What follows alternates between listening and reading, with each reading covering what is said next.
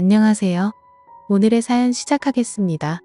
제가 아내와 결혼 후에 살림 차릴 돈으로 우리 가게를 먼저 차렸습니다. 사실 가게 오픈하고 초반에는 잘못된 선택을 했나 싶을 정도로 방황을 많이 했습니다. 장사가 많이 안 되었거든요. 아내는 정말 아름다웠습니다.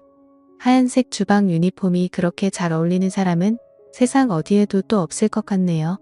아내를 처음 만났을 때 저는 주방에서 짬이 좀 되는 고참 직원이었고 아내는 열정만으로 요리를 시작한 겁없는 신입이었습니다. 사실 아내한테 첫눈에 반하다시피 했는데 제가 너무 서툴었는지 좋아한다는 표현보다는 주방에서 갈구고 싸우면서 제 마음을 표현했어요. 저희가 결혼할 때 후배들 말에 의하면 아내가 제 욕을 그렇게나 많이 했었다고 합니다. 둘이 결혼할 줄은 상상도 못했다며 경악을 금치 못할 정도로 아내를 못살게 굴던 저였으니까요. 아무튼 가게 오픈 준비할 때부터 정말 많이 힘들었습니다. 자리 찾는 것부터가 어려운 일이었어요. 서울에서는 도무지 가게를 열지 못할 것 같아서 저희는 서울이 아닌 다른 곳에 가게를 차리게 되었습니다. 거기서도 한참 자리를 알아보다가 산기슭이 있는 자리를 계약하게 되었습니다. 다른 것보다 통유리 창 너머로 보이는 자연, 경관이 너무 아름다웠거든요. 세상에 길고양이들도 오며 가며 다니고 가끔은 다람쥐도 왔다 가고 정말 좋았어요. 안 좋았던 건 그렇게 고양이나 다람쥐가 가게 근처에 나타날 만큼 장사가 엄청 안 되었기 때문입니다. 기본적으로는 레스토랑보다는 커피숍과 베이커리를 겸한 카페에 가까웠어요. 아무래도 위치적인 여건이 안 좋다 보니 금방 상하는 식재료들을 오래 보관하는 것보다 차라리 커피와 빵을 파는 게 경제적으로 더 손실이 적을 거라 판단했기 때문입니다. 다행히 제가 제빵 자격증도 있고 취미로 바리스타 자격증도 취득해 둔 게 있어서 메뉴를 바꾸는데 어려움은 없었습니다. 커피도 직접 콩을 볶는 게 아니라 그냥 아름답게 아는 사람 통해서 콩을 사다 썼기 때문에 어려울 건 없었어요. 그래도 손님이 없는 건 여전했고요. 오픈하고 초반에는 그냥 매일매일 이 적자였어요. 손님 그림자도 구경 못하는 날이 대다수였거든요. 그런데 제가 일하던 레스토랑의 그 유명 셰프님께서 제가 가게를 차렸다는 소식을 듣고 가게에 격려차 방문을 해주셨습니다. 아직도 개인적으로 너무 감사함을 느낄 정도로 신세를 졌다고 생각합니다. 그분이 자기 인터넷 페이지에 저희 가게를 소개해준 덕분에 그 사진을 보고 손님들이 하나 둘씩 가게를 찾아왔기 때문입니다. 저와 아내를 매료시킨 자연경관은 여타 다른 손님들에게도 똑같이 작용했나 봅니다. 그렇게 제 가게는 순식간에 입소문을 타게 되었고 그 뒤로부터는 손님도 붐비기 시작했어요.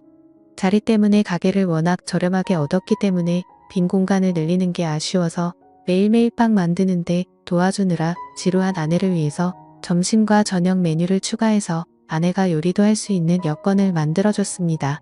집 한 사고 가게를 차리기 잘했다는 생각이 들 정도로 엄청 바빴습니다. 하지만 그만큼 돈도 많이 벌었고요. 저는 아무래도 빵만 만들면 되다 보니까 아침에 웬만한 거 다 준비해두면 그 이후로는 사람 하나 쓰는 게 편해서 사람을 쓰기 시작했어요. 아내는 점심 저녁 음식을 만들어야 하는 이 가게에 매몰될 수밖에 없었고요. 그렇습니다. 잠시나마 성공에 심취해서 제가 거만해졌던 거예요. 일에 시달리는 아내를 지켜보지 못했습니다. 그저 예전보다 돈을 훨씬 더 잘 벌게 된 제 자신에 심취해서 그 이후로는 제가 무슨 성공한 사업가라도 된 것처럼 인맥 관리한다고 밖으로 쏟아내는 게 일이었어요. 아내는 그런 저를 보고도 묵묵히 자리를 지켜줬습니다. 아내가 과로로 쓰러진 건 조금 지나서의 일입니다.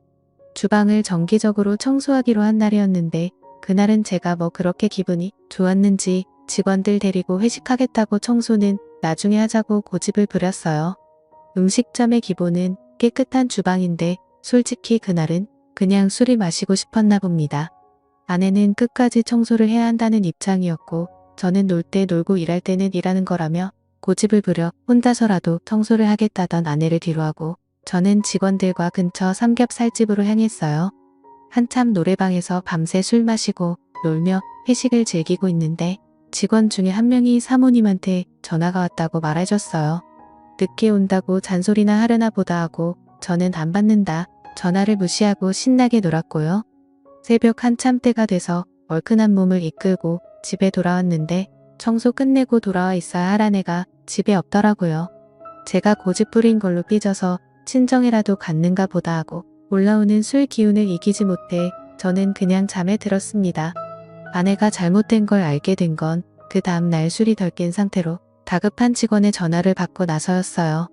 청소에도 혼자서 주방 일에 시달리던 아내가 혼자서 주방을 청소하다가 과로로 쓰러진 겁니다.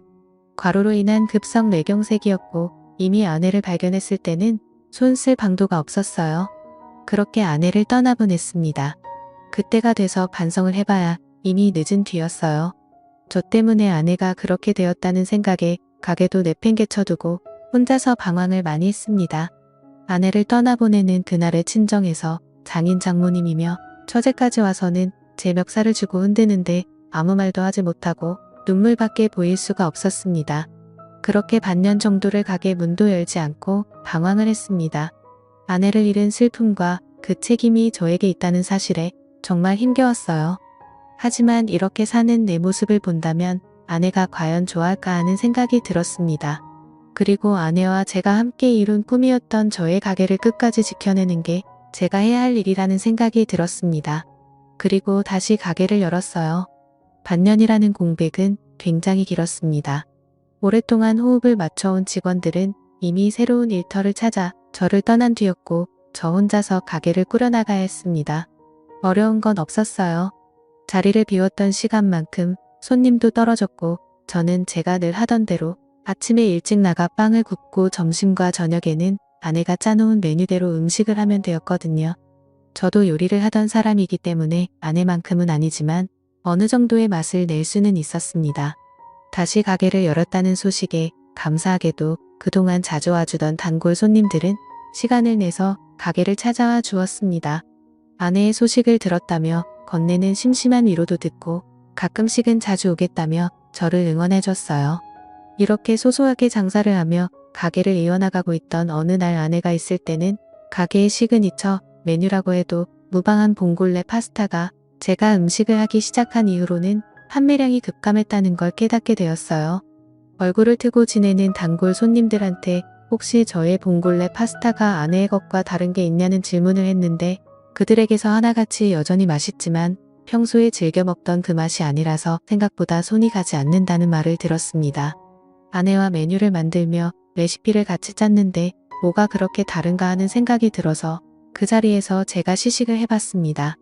그런데 역시나 아내와 같이 메뉴를 구상할 때 하던 대로 똑같이 음식을 했는데 아내가 해주던 그 맛이 아니었던 거예요. 아내와 같이 구상한 메뉴이기도 하고 그동안 가게에서도 잘 팔리던 메뉴였기 때문에 맛이 달라졌다고 한들 메뉴에서 빼고 싶지는 않았습니다. 여전히 단골이 적은 장사를 하게 되었지만 그 맛을 내지 못하는 상황의 주문은 거의 없는 거나 마찬가지였어요. 어느 날 평소와 같이 새벽 일찍 출근해 혼자 분주하게 주방을 오가며 빵을 만들고 있던 어느 날이었습니다. 오픈 시간이 아직도 한참 남았는데도 불구하고 밖에서 누군가 문을 두드리는 소리가 나서 나가봤어요. 깜짝 놀랐습니다. 아내가 살아 돌아온 줄 알았어요. 눈앞에 서 있던 건 아내가 아니라 아내의 여동생 처제였습니다. 아내가 그렇게 된 것에 대해서 저의 책임이 분명했기 때문에 아내가 떠난 뒤로는 처가와는 연락을 끊고 지내고 있었습니다. 아내와 닮은 처제의 모습을 보고 놀라기도 했지만 아닌 꼭두새벽에 처제가 가게까지 찾아왔으니 저는 정말 놀라고 말았죠. 처제는 카운터 쪽 바에 걸터앉아 빵을 오븐에 집어넣고 있는 저를 바라보고만 있었습니다. 별다른 말은 하지 않고 아내가 있었다면 이리저리 분주하게 돌고 있었을 동선을 아쉬운 듯이 계속 바라보고 있었습니다. 빵의 준비가 다 끝나고 저는 처제에게 다시는 못 볼 줄 알았는데 여기까지 어쩐 일이냐고 물어봤어요. 처제는 시큰둥하게 가게를 다시 열었다는 소식을 듣고 찾아와봐 가고 하더라고요. 제가 어떻게 지내는지 확인도 할 겸사겸사요. 연락은 하지 않았지만 장인 장모님도 걱정을 많이 했는데 이제 이겨내고 잘 지내는 것 같아서 보기 좋다는 말을 해주더라고요. 혼자서 계속 가게를 기웃거리던 처제에게 새벽부터 와서 빈속일 텐데 먹고 싶은 거 있으면 말하라고 했어요. 처제는 저에게 봉골레 파스타를 해달라고 하더라고요. 아내가 제일 자신 있어 하는 메뉴란 걸 알았는지 의외의 부탁에 적잖이 당황했습니다. 이윽고 저는 요리를 끝내 처제 앞에 접시를 올려주었습니다. 처제는 한술 아내의 요리를 따라 한 저의 음식을 맛보고는 이게 아니라는 말을 하더라고요. 그러더니 아내가 입던 앞치마를 메고 주방으로 들어갔습니다. 그리고는 제 앞에 봉골레 파스타를 한 접시 내왔어요. 아내가 담은 것과 비교하면 엄청 서툰 플레이팅이었지만 그 맛은 아내가 만들어주던 그 맛 그대로였습니다. 저는 깜짝 놀랐어요. 처제한테 이건 아내의 맛이라고 어떻게 재현해낸 건지 알고 싶다고 솔직하게 말을 걸었습니다. 처제는 조용히 저를 주방으로 부르더니 처음부터 끝까지 모든 걸 보여줬습니다. 화이트 와인을 넣은 뒤 바지락이 열을 받아 입을 벌리기 전에 타이밍이 가장 중요한 단계라고 설명해 주더군요. 뚜껑을 열었을 때 입을 열지 않은 바지락은 직접 벌려서 꺼내주는 한이 있어도 뚜껑을 여는 시간만큼은 정확하게 맞추는 게 관건이라고 했어요. 그리고 파스타를 볶다가 올리브 오일을 얼마나 넣어야 하는지, 어느 타이밍에 넣어야 하는지 그런 세세한 부분을 전부 다 알려줬습니다. 간단한 순서 몇 가지만 바꿨을 뿐인데 저도 아내가 만들던 그 맛을 금세 재현해내고 말았습니다. 처제는 아내가 자기가 해준 봉골레 파스타를 먹고부터 요리 인생이 시작되었다고 봐도 무방하다며 자랑처럼 이야기했습니다. 그리고 이 봉골레 파스타는 오래전부터 두 사람이 만들어낸 비밀의 결정체라고 봐도 무방한 거였지요. 그리고 처제는 제 가게를 찾아온 이유에 대해서도 말해줬습니다. 인터넷에서 가게가 다시 오픈했다는 소식을 받고, 그리고 봉골레 파스타가 늘 먹던 맛이 나지 않는다는 어떤 사람이 올린 게시물도 봤다고 합니다.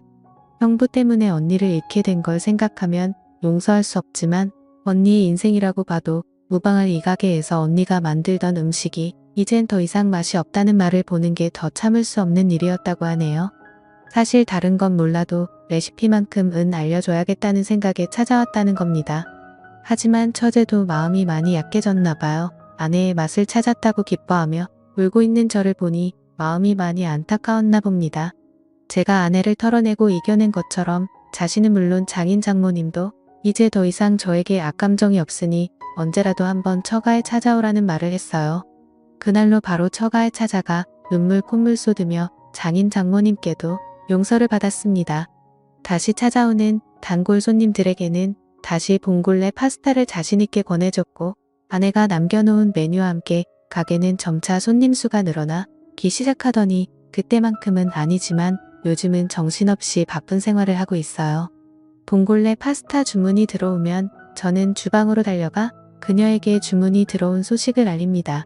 아내가 만들던 것과 똑같은 파스타를 만들어주는 그녀는 다른 사람이 아니고 바로 아내의 동생 처제입니다.